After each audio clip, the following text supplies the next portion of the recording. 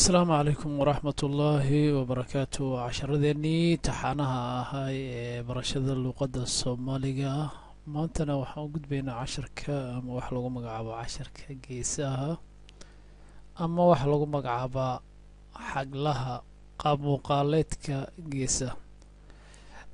qaab muuqaaleedka geesaha waxaan u jeednaa sida sawirka hoos kaaga muuqan doono. geese waxaa la dhahaa 3 geesood 4 geesood 5 geesood. geeska bilow dhinaca bilowga ilaa dhinaca dhimaadka ayaa halkan ku baran doona.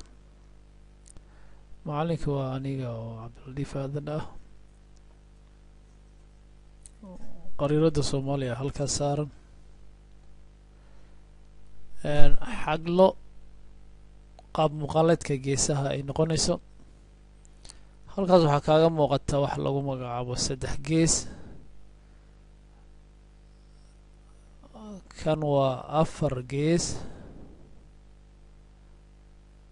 kan waa 5 gees oo xidigta siday u samaysan tahay ah. kan waa 6 gees.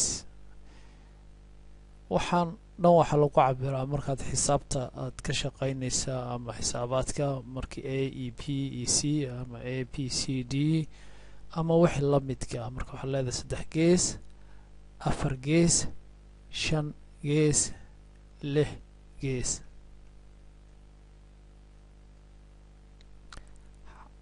wareeg waa sida eber oo kale 0 waa fallaar waaye. fallaarta ama bidixay ka timaada ama midigay ka timaada. kan waxaa loo yaqaanaa plus ama ku dar.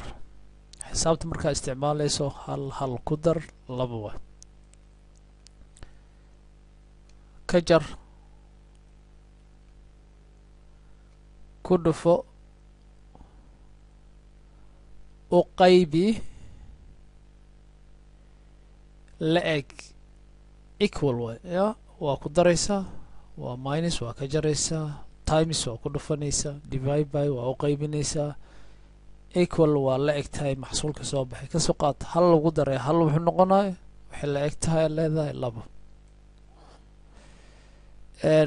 xagal 90 degree ayaa halkan ku sawiran.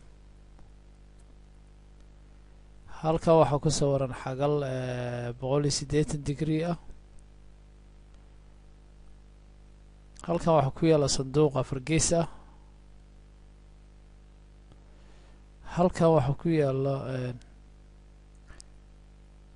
waa mug waaye. muggaas wuxuu leeyahay 4 geesood 1 iyo 2 iyo 3 iyo 4. wixii faahfaahin ah waxaad nagala xiriiri doontaa hadduu ilaahay yiraahdo barteena facebooka ama barteena twitterka.